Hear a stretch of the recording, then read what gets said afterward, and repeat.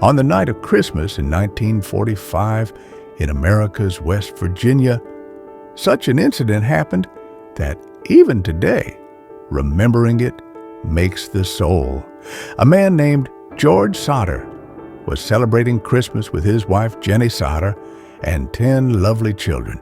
Every face was lit with joy.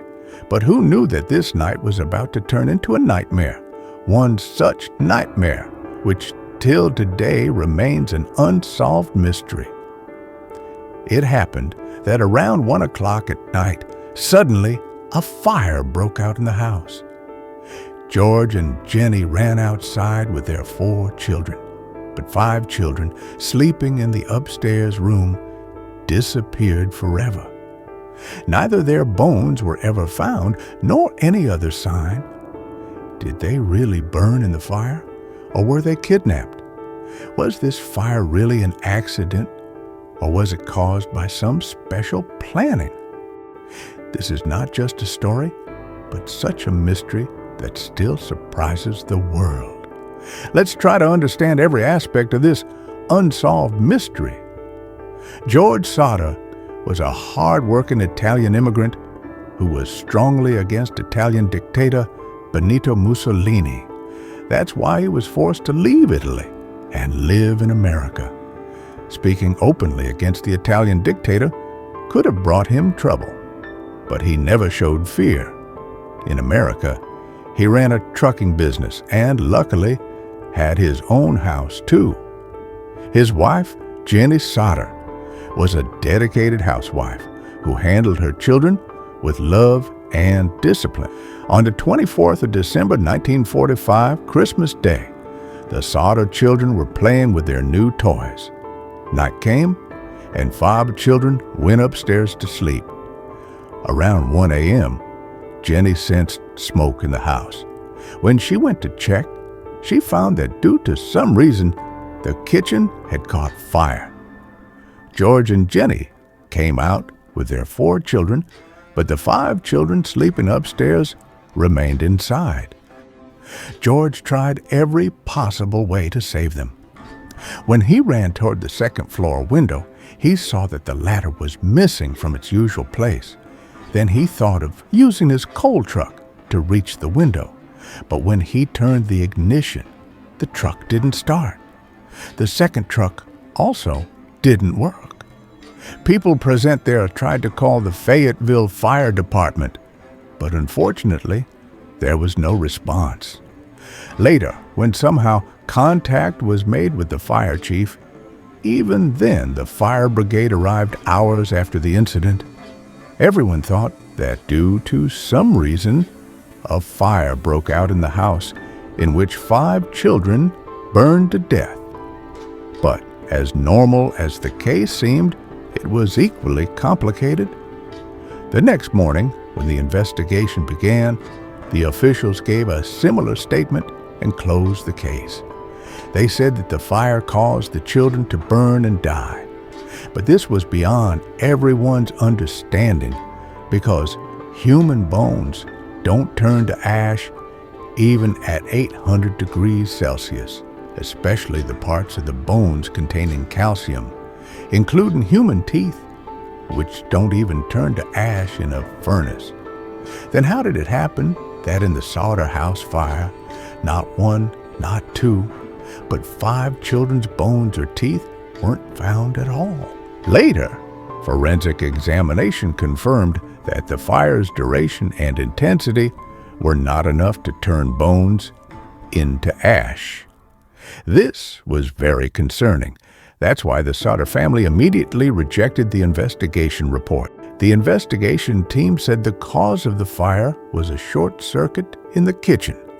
But George Sodder said he had recently installed new wiring, and there was no question of any fault. When George tried to recall the moments of the incident, he remembered things that pointed towards something suspicious. At the time of the fire, when he picked up the phone to call the fire brigade, the wire was cut. An investigation also proved that the phone line had indeed been cut from outside. Because broken and cut wires look different, cut wires using pliers have smooth edges. Later, Jenny Sodder remembered that exactly at 12:30 a.m., the phone rang. A woman was laughing loudly on the other side, and Jenny hung up saying, "Wrong number."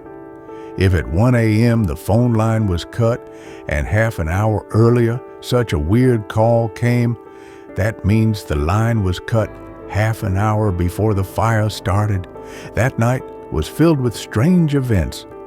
Before the fire, Jenny heard something fall on the roof. When she didn't hear anything else, she went back to sleep. Moments later, she smelled smoke. Also, the ladder that George always kept in a certain place was missing and later found far from the house in a field. George's 2 trucks, which were working fine a day before, stopped working at the time of the fire. Because of all these events, George Sodder became certain that the children didn't die. They were kidnapped. But then the question is, how did someone take them away amid all that noise? A few months before the incident, an insurance agent visited George Sodder and insisted he take home insurance. When Sodder refused, the agent left with a threat, saying, "You'll realize this when your house burns." Was the fire a distraction so that the children could be kidnapped? Another theory is that George Sodder's open criticism of Mussolini angered the Italian mafia, who then targeted his family and took the children. Some people claim to have seen the Sodder children at different places after the fire. One woman said she saw them in a hotel with a strange couple.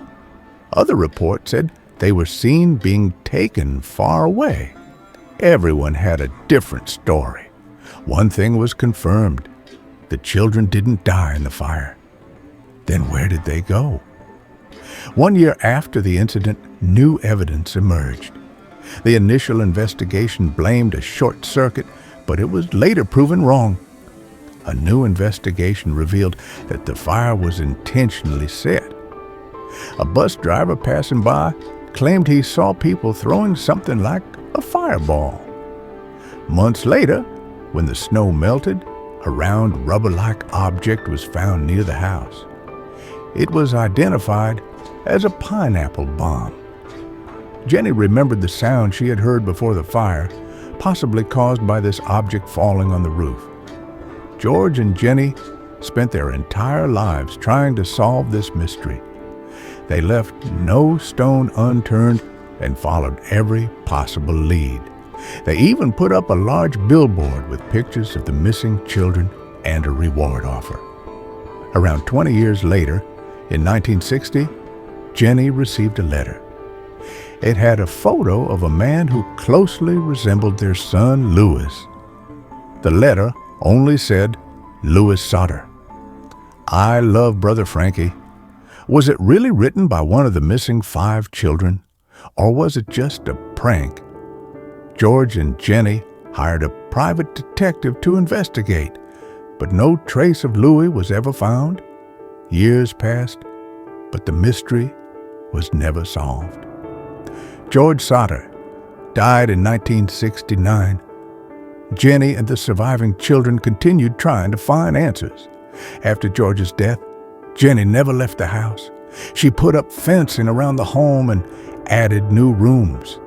For the rest of her life, she wore black clothes in mourning. Jenny died in 1989. After her death, the family finally took down the old weathered billboard that had pictures of the missing children. Were the children victims of a tragedy or part of a larger conspiracy? This is a mystery that might never be solved. Hope you liked and shared this Old Talk mysterious video. See you in the next amazing video.